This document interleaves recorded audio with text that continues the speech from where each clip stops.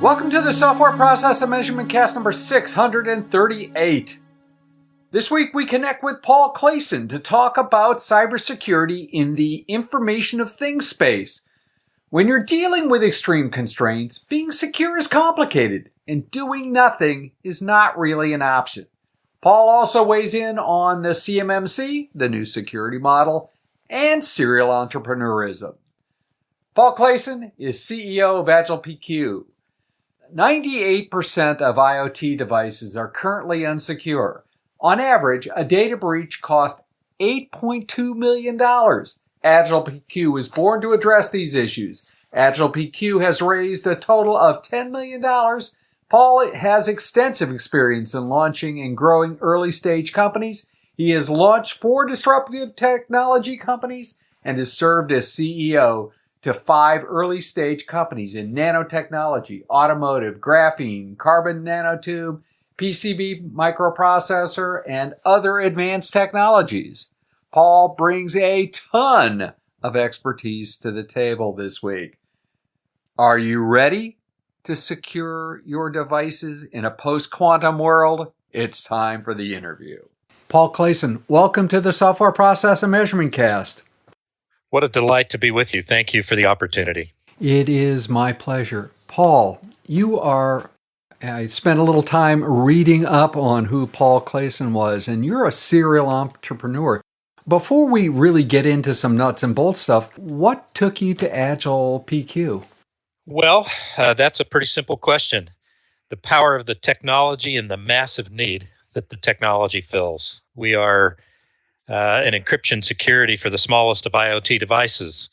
And those devices are going into the market these days in the billions, and most of them have no security at all. It's leaving data unprotected all over the world. So this brilliant group of people, I did not found the company. I came in to help them get commercial and to move the technology and the company forward. But there's just a brilliant group of people here that get up every day that worry about the loss of data to people and entities. And that really was a compelling story. And I joined the company and have been working hard since. When you say the smallest of IoT things, what are we talking about in terms of the smallest pieces of IoT? Well, let me put it in consumer terms, and then we can extrapolate that to business and industry. If someone has a Nest thermostat, that you can adjust your thermostat in your home through your smartphone. That thermostat has an extremely small processor in it. It's not like even your smartphone. That processor has very low computing power, very little memory. It's meant to just forward messages back and forth and to make one control decision at a time based on what you set as your temperature in your home. That very, very small processor cannot run large numbers of functions. In fact, it has, it's what's classified as a Class 0 Internet of Things devices. All of these inanimate objects being connected to the Internet that form the Internet of Things or IoT industry. So because that processor is so small, it cannot process existing encryption and security methods that are on your smartphone. It doesn't have enough processing power. So it leaves them highly vulnerable. Now, could you put a username and password in? Yes. It's estimated that more than 90% of consumers, when they get a device like that, don't change the username and password from the standard. And even if they did, those usernames and passwords can be hacked very, very rapidly. And so it's left those devices very vulnerable. If you extrapolate that Internet of Things to other consumer devices, smart coffee makers, smart ovens, smart lighting systems, smart blinds. They're growing by the millions in today's world. If you extrapolate it to the industrial world, there are sensors going on manufacturing floors that control or not sometimes control devices, but most of the time sense and provide data on everything from vibration of a motor to look at predictive maintenance or temperature controls or environmental controls or weight to replace nuts and bolts in a supply chain package. Those kinds of things are happening everywhere. They're happening on cars. They're happening on medical devices. They're happening on smart cities in our streets. They're happening in every conceivable application around the world. There's 20 billion estimated IoT devices that have gone on the market in the last few years, and that's going up to somewhere between 25 and 55 billion devices between now and 2025. Reports differ on how many there will be. And 98% of those have no security. Given the processing power that you're dealing with, does that make it more or less complex than dealing with something larger with more computing power? More or less complex? The answer to that is yes and yes. Well, let me explain. The encryption on your smartphone and on your laptop are already extraordinarily complex. They have to have lots of algorithms so that if you're sending a message from an Android phone to a Microsoft operating system on a laptop, there's got to be some sort of algorithm that accounts for that change. If you're sending it from one processor to another, it's got to be able to communicate actively. If your device is written in one language versus another computer code language, it's got to be accounted for. So it's already extremely complex. It's also complex to do it on an IoT basis. You don't need all of those kinds of algorithms because an IoT device usually is communicating between one endpoint and a server. Sometimes there's a gateway in between, a router or some other form of gateway. So you may only have 2 or 3 points that you have to communicate with. It's known and you can lock that down. But the communication of that is still extremely complex. There are various kinds of wireless connectivity and all kinds of things that have to be taken into consideration. So they're both very complex problems. What people are trying to do is take traditional security you have on your smartphone and cram it into an IoT device. But it takes 3 megabytes or 3,000 kilobytes to drive one encryption on your smartphone, one encrypted message, and 3,000 kilobytes to decrypt on the other end. On an IoT device, you've got less than 100 kilobytes total operating capacity. How do you cram that in there? You can't. It's impossible. It doesn't work. So our company actually created an IoT encryption system that takes only 2 kilobytes, not 3,000 kilobytes, 2 kilobytes, or 3,000 times, nearly 3,000 times, or we could say 1,500 times smaller than that system on your smartphone. And the system we created is also more secure. It's vastly more secure. The keys that we use on each side of the transaction for encrypted data are much, much larger than what's on your smartphone. So it's much harder to hack and will survive in a quantum computing era. If we're dealing with, what was the number, 20 billion devices that are out there unsecure now, probably a lot more than that if we're doing 20 billion a year. So there's lots of them out there that are unsecure. Is this something that we just have to wait? We have to adopt something and then wait until it evolves through and generations of devices pass so that we finally get to security? Or is this something that can affect the market and then promulgate out now? No, it actually can be done now, but we've got to get focused on it. So, and already political and governmental entities are starting to get focused on this. So 2 weeks ago, the U.S. House of Representatives passed a bill that's now forwarded to the Senate that requires all IoT devices being used in the Department of Defense to have certain levels of security on them as soon as they can get there. So the government is now starting to say those devices cannot be left unsecured. There's another bill running through Congress, several iterations of it, by the way, that would require all consumer devices to be secured. Because we've got corporations out there right now that corporations get our data. They use our data and they monetize our data, whether that's for a consumer or a company or government entity. They control, in essence, they own and monetize our data. But then they turn around and they don't put security on these devices, and they lose our data to bad actors who hack those devices, grab your data and my data, and then these bad actors have control of it. They sell it on the dark web. They sell it to enemy nation states. They do all kinds of things with this data that they are able to hack and proliferate. That's unconscionable.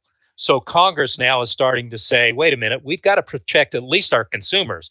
If businesses want to be completely wide open and lose data and be subject to lawsuits, I guess that's one thing, but consumers have to be protected. So measures are starting to go through Congress to protect that data as well. There's also standards that are evolving, like the CMMC, the security model that is being pushed out. Are those good ideas, or to have a framework? I worry about things like assessment models that often are just check the boxy kinds of things.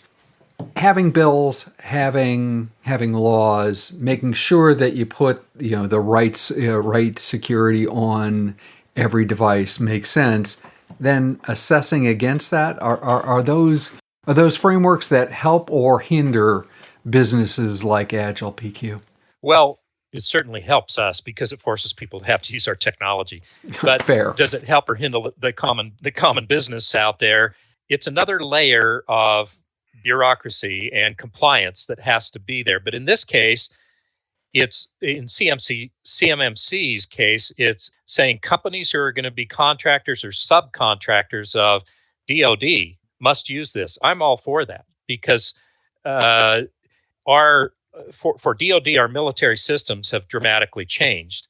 I mean, there's so much of them are being fought in cyber warfare. And even if it is a hot war in military, communications are coming back and forth in droves where they can control military systems and weaponry from afar. They even have sensors on soldiers' uniforms that measure everything from perhaps chemical weapons to gas warfare to heart rates and health conditions. If someone is suffering to even environmental conditions, humidity and heat and all of those kinds of things. And it's communicating back.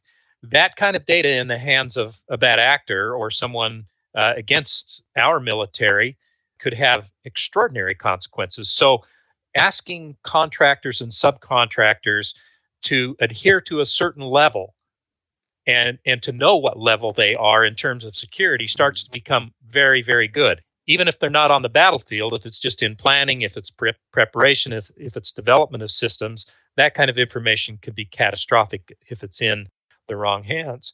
And by the way, from a commercial aspect, there's lots of entities now starting to do this. Commercial entities like Underwriters Laboratories now have a security certification program. Common Criteria, that's used a lot more in Asia and other parts of the world, has one.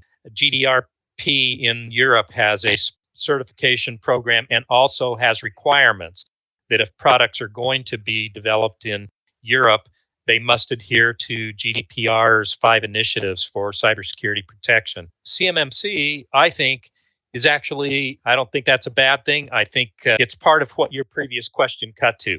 Can we get to this now, or is it just going to have to take decades to flow through? The answer is no. We've got to force it to cut through now because it's critical. Why isn't this something that, as someone who's coded both software applications and done embedded code, why isn't this something that is expected in either in the operating system, the application, the chip base set? Why isn't this built in? Why aren't programmers and designers dealing with this up front versus having to deal with it after the fact or buy other technology to do that? Yeah, well, it's because it's 2 reasons, really. It's because it's a layer of complexity that you have to deal with outside of just building a communication system. I'm going to speak specifically to IoT devices. Sure, absolutely. The layer of complexity between those IoT devices and data collection and data distribution and command and control of those devices is already high. And and it's estimated right now, by the way, that the Santa Fe group recently did a study that showed that somewhat less than 25% of all companies who are utilizing IoT devices in their network systems know how many IoT devices are connected to their system. They lose track. They don't have any way of knowing how many are on that system.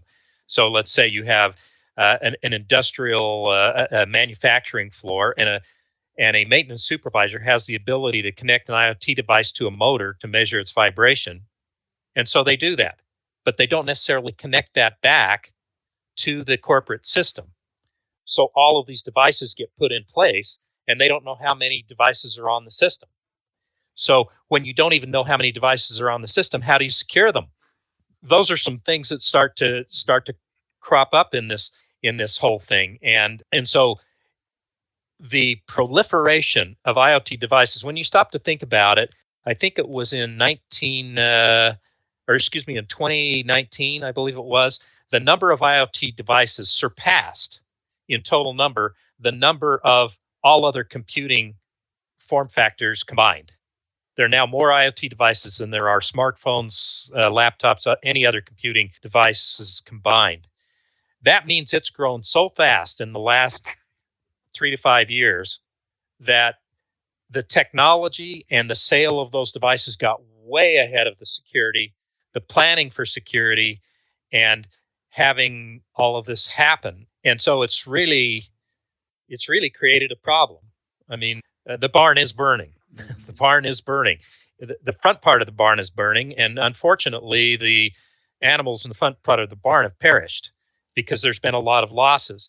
But the losses haven't been big enough yet, or a class action suit hasn't forced this issue enough yet for there to be a high enough payout for corporations to say, we better get serious about this. Now, what I am confident of is that if consumers knew how unsecured their IoT devices in their house truly were, we would have a revolution on our hands. We would have people screaming for security, because most people, when you go to buy a device at Best Buy or wherever it might be, you're assuming it's secure. We just automatically assume that in today's world. Well, they're not. And so we've got to get vigilant about this kind of thing. It's a real problem. Even though the front part of the barn is burning, the animals in the middle and the back part don't need to perish if somebody will open the door and start paying attention to this problem. So you decided to join AgilePQ. How does AgilePQ help in this field at this point? Well, we can take our technology, we can integrate it. It's a software, so we can integrate it with the communication system of these IoT devices that are already in the field and that are being developed for future uses. And we can secure all of the communications on those devices. The communications cannot be stolen. If a bad actor gets on the device, we have our own authentication and authorization system as well that's much stronger than common commercial products that would try to thwart somebody from getting on that IoT device in the first place. But even if they succeeded in getting on the device, there's nothing they could do with the data. Our obfuscation of the data, our encryption of the data is so strong that they would not be able to figure that out. They wouldn't be able to get the data and steal it and do anything with it now and very long into the future, even if quantum computers became mainstream and we're cracking all other forms of encryption, like the encryption you have on your smartphone, which it's predicted to do. Quantum computers will break that. So we built a post-quantum safe security system. So we can put that on those devices and stop people. Even if we didn't stop people from getting to the data, there's nothing they could do with it because it would be secured and encrypted and couldn't be broken. So I'm, and this may blow my sort of street cred a little bit. I'm a ham radio operator. So I've walked through my kitchen. I actually did a presentation in India back before COVID when I could go over on your kitchen spying on you. And great title, right? Great title. Yeah. But I walked through with a radio sensor, that was scanning frequencies, my kitchen, and found 16 at least separate radio points in the kitchen. I won't say devices because I'm not real sure. I didn't disassemble my refrigerator. But there are any number of, and I'm from a consumer point of view, even though I'm in the business, right? So there are at least 16 things talking in there. God knows where they're talking to. Would something like your approach, would I have to then, in essence, secure each of the 16? Is there a way to do something sort of more as an umbrella? How would that work? Other than firewalling or air gapping everything. Yeah, even firewalling isn't necessarily secure in these kinds of environments unless you take extreme measures under that firewall to make sure that each device has some sort of security on it. And sometimes, even if some people got through that firewall, they could still steal the data if it's not properly encrypted. So the answer is yes. All of those devices would have to begin to, if they're connected to the internet, they would have to begin to have security, a small kernel of code on those devices that secures the device, encrypts the data on that device before it's sent out. Now, you could put encryption. Some people say it's enough to put encryption on a gateway. So say on a router. So at that point, the data is going back to a server and you're secure. But what if that isn't the case? People say, well, what do I care if somebody steals the temperature my home's set at on a thermostat? What does that matter? Well, think about it this way. What if somebody could go out? Let's say it was an enemy nation state could go out and get on 100 million devices around the country. And then to create total chaos in the country, they could shut off the furnace of every person in the middle of the winter. What if somebody could open your front door because they can hack into that device? What if somebody could take 1 million devices around the country and stitch those together in an elegant, elaborate scheme to keep from being detected and harness the computing power of 1 million devices and focus that on someone else and shut their company down, steal data, or stop them from operating on the internet? Those are very, very real cases, and they are happening today.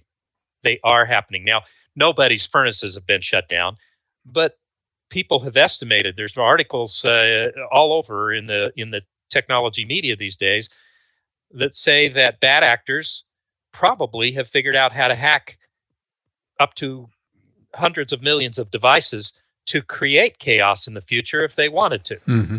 So they know how to get through those. They know what they are. So it's not just a matter of somebody understanding what temperature you've got your house set at. It's how they're using that device, what they're going to do with that. And do you want your devices to be part of that kind of a process? When people don't know, they're unwittingly consenting to that. Yeah. That paints a picture of why we want to fix this problem. Paul, this has been absolutely marvelous. If you woke up tomorrow morning and somebody handed you a magic wand and a cup of whatever your caffeine of choice is. People I know that do tea, I know people that do soda, I know people that do Coke, whatever variety of that Coke it is, or coffee, doesn't matter. You had it, so you were stoked up, you had a magic wand, you could fix any two things that impact cybersecurity in the IoT sphere. What would those two things be and why? Well, as a good Mormon boy, I wouldn't have the caffeine, but I would have a bowl of ice cream. So, but it would get me going. So, those two things would probably be the following. One, I would have a sea change, an exponential increase in the education level surrounding cybersecurity. The threat that's out there, the damage it's causing, the best practices that we can have on the market, the developers who can handle the security should be involved in that education process. It should be across the board change from elementary education all the way up to the PhD level education on cybersecurity, the need and what questions to ask. Are these devices secured, and demand that they are? And it should also be an across-the-board education from consumers to the most sophisticated engineers. Number two would be that somewhat like CMMC, I would force transparency. So every IoT device would need to reveal its level of security on the packaging or on the device, force the issue that security would not be an add-on or an afterthought, but it would be a primary requirement in every device and every system design. That transparency would say we have no security all the way up to a full high level, somewhat like CMMC, we're a level 5 completely secured device. And if I could add a third one, fair. The third one would be that the collection of data globally by corporations that are using our data and losing our data I would change the world. We all would here. We would change the world that there would be individual accountability and ownership of their data, and people and entities would decide who could use their data, and if it was used, that it would be secured. Fantastic. Paul, again, marvelous. How would people continue the conversation? How would they get in touch with you? People can reach us at AgilePQ.com. That's AgilePQ, stands for postquantum.com. And you can reach us there. Our corporate headquarters are in Utah, in the south end of the Salt Lake Valley. So we are easy to find, and we'd love to chat with people. Paul, as you probably know, at this point, I open up the platform for you to promote anything that you'd like. Well, sure. I'm just going to add one anecdote. So my father was a World War II veteran, and he landed on Omaha Beach on D-Day, and he survived that. He would never talk much about what he saw and what he did there, except to say that and he was a medic. So he was trying to help people who were injured there on that beach. I didn't ever know much about what he experienced, except I was able to contact one of his shipmates that on the ship he came in on, and he told me about my dad's exploits there. But another story. But what my dad would say is that there was blood everywhere, and he would say, "I wish there would have been a way to stop that bloodshed." The state of cybersecurity is just that. There is a way to stop this. And we need to get serious about it. And it's very, very serious. It's costing hundreds of billions of dollars in loss. We have developed a system that has a 2 kilobyte code base that can sit on the smallest of IoT devices and protect the data in transit through a sophisticated encryption system that will survive in a post-quantum world. In addition, because our code is so small, our encryption process is up to 10 times faster than that's on your smartphone. And it uses up to 80% less battery power than encryption uses on other devices. And it connects with the transport layer with 1/10 of the data that the current system on your smartphone uses. That's called a TLS, transport layer system, that's used in security. It connects with 1/10 of the data. This is a revolutionary product. It's a revolutionary idea. We can go to market with it right now. Now, government standards have been a problem in the past because they put in place a standard encryption over 20 years ago that is still in place today, and it won't fit on those devices. And they haven't established new standards. They now are starting to look the other way and say, we've got to do something. So our technology is starting to be used. We have U.S. government clients. We have commercial clients now that are using our system because we can do it. And at some future point, I'm sure there will be standards. But the bottom line is this can be done today, and we fix that problem, and it's a very elegant solution. Paul Clayson, CEO of AgilePQ, thank you for joining the Software Process and Measurement Cast. And we've really enjoyed. This has been, well, eye-opening and educational, I think. Both. And fun. Thank you so much for having us there. Thank you very, very much. I had a lot of fun. The Software Process and Measurement Cast is a proud media sponsor of the DevOps Online Summit. Not to put too fine a point on it, one of the best ways to get your message heard is to speak. The crew at the DevOps Online Summit provides a phenomenal platform to network with fellow practitioners from all over the world. Start your journey? Link in the show notes. Submit a paper.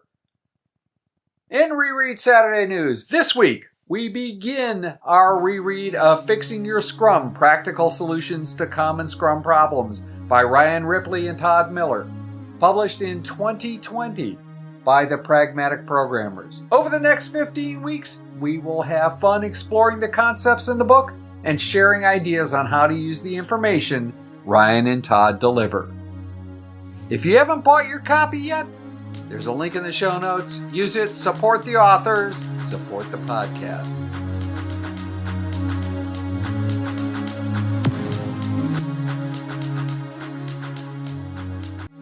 In the Software Process and Measurement Cast number 639, I talked to Mikołaj Pawłowski. Mikołaj and I discussed his new book from Manning Publications, Chaos Engineering, Site Reliability Through Controlled Disruption. Our discussion covered the definition of chaos engineering and how it can be applied to improve value and reliability. If process improvement is a never-ending journey, why do so many people ask, are we there yet?